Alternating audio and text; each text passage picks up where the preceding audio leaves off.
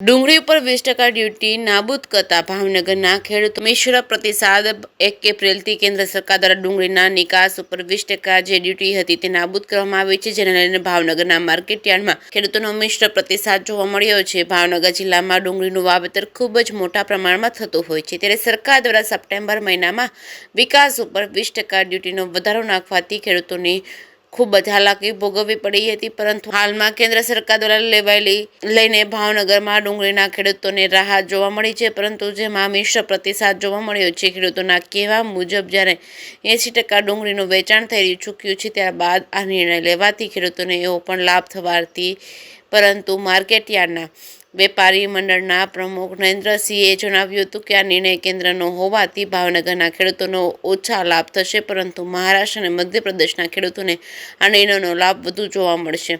જે કેસની ગુજરાતી સાથે હિરેન ભયાણી, ભાવનગર। ખાસ કરીને આ વર્ષે ડુંગળીનું વાવેતર થયું હતું અને ત્યાર પછી જે આવકો ચાલુ થઈ હતી ત્યાં સુધી પ્રમાણમાં ખૂબ સારા એવા ભાવ મળ્યા છે। ખેડૂતોને આ વર્ષે ડુંગળીના વાવેતરમાં ખૂબ સંતોષ પણ હતો, પરંતુ છેલ્લા 10-15 દિવસથી પ્રમાણમાં બજારો ખૂબ ડાઉન થયા હતા અને ખેડૂતોને પોતાના ઉત્પાદન કરેલ માલના પણ વળતર ન મળે આવી પરિસ્થિતિ થઈ હતી। ત્યારે આદરણીય વડાપ્રધાન શ્રી નરેન્દ્રભાઈ મોદીની સરકાર દ્વારા ખેડૂત હિતની અંદર એક્સપોર્ટ જે માલ થતો હતો એની પર 20% જે ડ્યુટી હતી એ ડ્યુટી હટાવવાથી જે માલ હવે વેચાવાનો માર્કેટની અંદર બાકી છે આનો લાભ સીધો જ જે તે વિસ્તારના ખેડૂતોને મળશે। એટલે એક માર્કેટિંગ યાર્ડ વેપારી એસોસિએશનના આગેવાન તરીકે અને ખેડૂતો વતી આ સરકારશ્રીના નિર્ણયને આવકારું છું અને ખૂબ ખૂબ એમનો આભાર વ્યક્ત કરું છું।